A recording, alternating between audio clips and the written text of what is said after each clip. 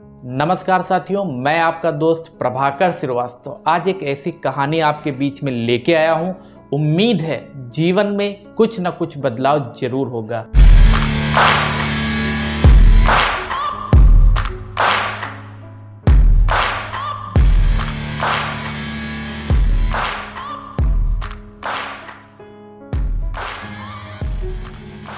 एक गांव की बात है। दो बच्चे साथ ही में स्कूल जाया किया करते थे। साथ ही में स्कूल जाने के कारण उन दोनों में बहुत ही ज़्यादा मित्रता थी, लेकिन दोनों की पारिवारिक स्थितियां बिल्कुल ही विपरीत थीं। जहां एक बच्चा एक अमीर घर में पैदा होता है, वहीं दूसरा बच्चा एक मध्यम वर्गीय परिवार में जन्म लेता है। लेकिन फिर भी उस गांव के आसपास में एक ही स्कूल था, इसलिए दोनों ही इस स्कूल में जाया किया करते थे। अपनी प्रारंभिक शिक्षा में तो वो दोनों लोग साथ ही में स्कूल जाया किया करते थे, लेकिन आगे की पढ़ाई को पूरा करने के लिए गरीब परिवार से आ रहे बच्चे के लिए ये काफ़ी संघर्षमय था कि वो अपनी आगे की पढ़ाई जारी कर सके। लेकिन उसका जो दूसरा मित्र था वो आगे की पढ़ाई जारी करने के लिए बाहर चला जाता है। दिन महीने साल यूं ही गुजरते रहे। सब लोग अपने अपने जीवन में व्यस्त हो गए थे। गरीब व्यक्ति होने के कारण उस व्यक्ति ने राजमिस्त्री का काम शुरू कर दिया था, लेकिन कहीं ना कहीं उसके मन में ये संदेह रहता था कि उसका दूसरा मित्र कहाँ होगा, क्या उसकी पढ़ाई पूरी हो पाई होगी या वो भी उसकी तरह अपनी जीवन शैली को आगे बढ़ाने में लग गया होगा। उस टाइम पे ना ही फ़ोन ना व्हाट्सएप इस तरीके की कोई चीज़ें नहीं थे और दोनों ही अपनी अपनी दुनिया में ही बस चुके थे। कुछ समय बाद उसी गांव में एक अमीर व्यक्ति वापस आता है। मुझे पता है आप भी इस बात को भली भांति जान चुके होंगे कि वह अमीर व्यक्ति और कोई नहीं बल्कि उस राजमिस्त्री के बचपन का मित्र ही था जो उस गांव में आया हुआ था। थोड़े दिन बाद उस अमीर व्यक्ति के अंदर खुद भी जिज्ञासा उत्पन्न हुई और वो ढूंढते ढूंढते वह उस व्यक्ति के पास पहुंच गया जो उसके बचपन का मित्र था। बचपन के दोनों मित्रों के इतने सालों के बाद की मुलाकात कब कई घंटों में गुजर गई, किसी को भनक भी नहीं हुई।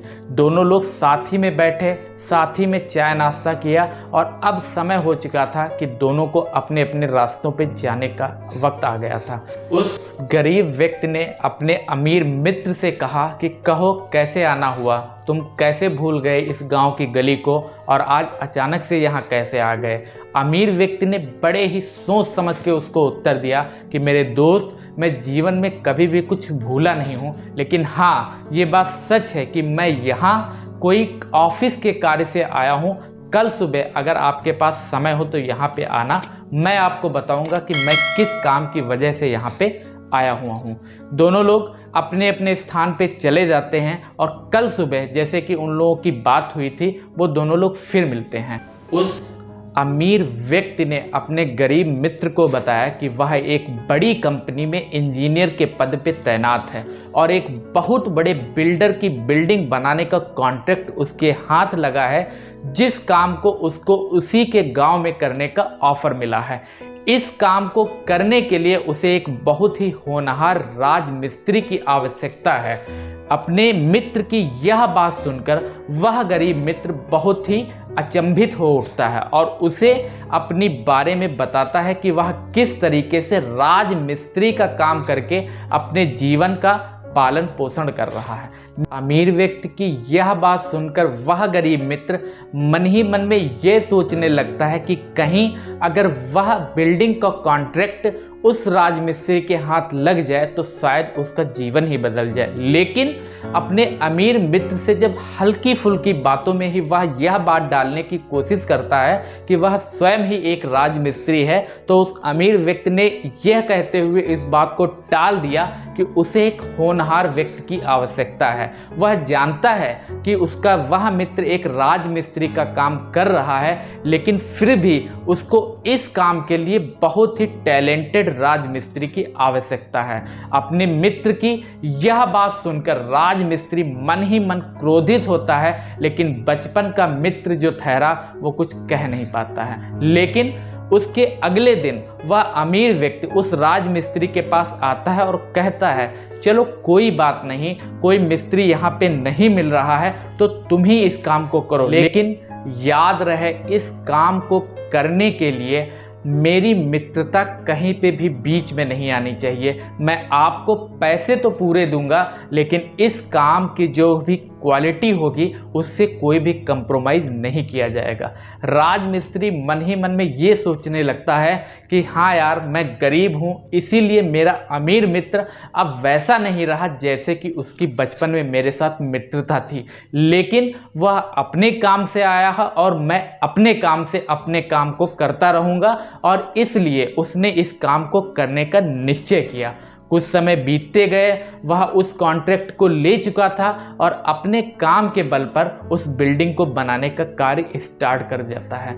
धीरे धीरे एक टाइम ऐसा आता है, वह बिल्डिंग लगभग आधी बन चुकी होती है और अचानक से अमीर व्यक्ति उस गरीब राजमिस्त्री के पास आता है और पूछता है कि अब इसमें और कितना समय लगेगा। राजमिस्त्री अपने अमीर मित्र को बताता है कि दोस्त, अभी इस काम को करने में महीनों लग जाएंगे, क्योंकि मौसम के खराब होने की वजह से काम पूरी तरीके से परमानेंट नहीं हो पा रहा है और इसलिए अभी इसमें कई महीनों का समय लग जाएगा। यह बात सुनते ही उसका अमीर मित्र उससे कहता है कि मेरे दोस्त, मुझे तुम पर पूरा विश्वास है, लेकिन मुझे ऑफिस के कुछ अन्य कारणों से यहाँ से बाहर जाना पड़ रहा है, लेकिन यह कॉन्ट्रैक्ट मेरी ज़िंदगी का सबसे महत्वपूर्ण कॉन्ट्रैक्ट है, इसीलिए मैं तुझ पर विश्वास दिखाते हुए इस कॉन्ट्रैक्ट को तुम्हारी जिम्मेदारी पर यहाँ से छोड़कर जा रहा हूँ।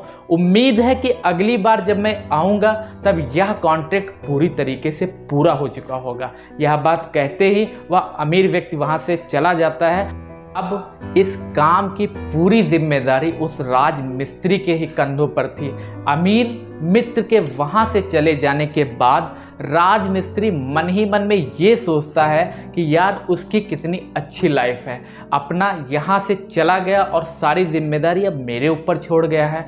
एक टाइम ऐसा था जब उस काम को देने के लिए वह उस पर बहुत ही संदेह कर रहा था और आज समय ऐसा आ गया है कि पूरे के पूरे काम की जिम्मेदारी ही मेरे ऊपर सौंप दी है। ज़रूर उसको इस काम से ज़्यादा पैसे वाला कोई काम मिल गया होगा, लेकिन मिस्त्री था, काम तो उसे करना ही था। लेकिन करते करते उसके मन में ये संदेह आया कि यार, ये मित्र आज आया है, इसके बाद तो ये कहीं और चला जाएगा और मैं गरीब का गरीब ही रहूँगा। क्यों ना कुछ ऐसा किया जाए जिससे इस काम को करते करते ही मैं अमीर बन जाऊं। और उसने यह निश्चय किया कि उस बिल्डिंग में लगने वाला हर वो मटेरियल जो काफ़ी इम्पॉर्टेंट है, उसमें कुछ ना कुछ मिलावट करके काफ़ी ज़्यादा पैसा बचाया जा सकता है और इसीलिए उसने ऐसा काम स्टार्ट कर दिया। कुछ समय बाद उसने बिल्डिंग तो पूरी तैयार कर दी, लेकिन उसमें लगने वाला सामान बहुत ही रद्दी क्वालिटी का यूज किया गया। थोड़े दिन बाद जब उसका अमीर इंजीनियर वहाँ उस गांव में वापस आता है और मकान को बना हुआ देखता है, वो बहुत ही प्रसन्न होता है और अपने मित्र से कहता है कि मेरे मित्र, मुझे तुम पे पूरा भरोसा था और मैं जानता था कि तुम इस दुनिया के सबसे अच्छे मिस्त्री हो और इसीलिए तुमने एक ऐसी बिल्डिंग बना के दी है जो मेरे करियर के लिए बहुत इम्पॉर्टेंट है। वह राजमिस्त्री अंदर ही अंदर यह सोचकर मुस्कुरा रहा था कि मैं जानता था कि बिल्डिंग को पूरा करने के बाद मुझे चिकनी चुपड़ी बातों के अलावा और कुछ नहीं मिलने वाला है। अच्छा हुआ कि इस बिल्डिंग के निर्माण में जो मैंने मटेरियल यूज़ किया है उसी में मिलावट करके मैंने बहुत सारा पैसा जोड़ लिया है। हाँ, हो सकता है ये मेरे जीवन भर काम ना आए, लेकिन हाँ, 1-2 साल तो इससे आराम से कटने वाला है। लेकिन वह अमीर व्यक्ति उस राजमिस्त्री से कहता है, क्या तुम पूरी तरीके से संतुष्ट हो गए हो? राजमिस्त्री अपने मित्र से कहता है कि साहब, कम से कम एक बार बिल्डिंग को अंदर से देख तो लो, कहीं कोई कमी तो नहीं रह गई है। तो मित्र बोलता है कि क्या बात कर रहे हो, मैं तुम्हारा साहब नहीं, तुम्हारे बचपन का मित्र हूँ। मेरे दोस्त, ये बिल्डिंग मेरे किसी भी ऑफिस का कोई भी कॉन्ट्रैक्ट नहीं है, ये बिल्डिंग तो मैंने तुम्हारे लिए बनाई है, ये मेरी तरफ से तुम्हें मेरी मित्रता का तोहफा है। यह बात सुनकर वह राजमिस्त्री बहुत ही भौचक्का रह जाता है और सदमे में जाने की स्थिति में चला जाता है। उसकी आंखें आंसुओं से भरी थी, लेकिन शायद उसके जीवन का यह अब तक की सबसे बड़ा गलत निर्णय साबित हो चुका था। वह चाह कर भी अब अपनी बिल्डिंग को फिर से उस तरीके से नहीं बिल्ड कर सकता था जैसे कि उसकी अपने मकान की इच्छा थी। मेरे दोस्तों, अक्सर जीवन में हम सभी भी ऊपर वाले भगवान के द्वारा अपनी मित्रता को परखने के चक्कर में कई ऐसी गलतियां कर देते हैं जो हमें जीवन में नहीं करनी चाहिए थी। ऊपर वाला हमारा साथ देता रहता है, कठिन परिस्थितियां, अच्छी परिस्थितियां सब आती रहती हैं, लेकिन वो हमारे लिए एक अच्छी लाइफ का निर्माण कर रहा होता है। हम आप सभी कुछ ऐसी गलतियां करते हैं जिनको भविष्य में सुधारा नहीं जा सकता है और हम अपना पूरा ही जीवन बर्बाद कर लेते हैं। मेरी आपसे यही प्रार्थना है कि ऊपर वाला आपको जिन परिस्थितियों में रख रहा है, मेरा यकीन मानिए आने वाला जीवन आपका सबसे बेहतरीन होने वाला है।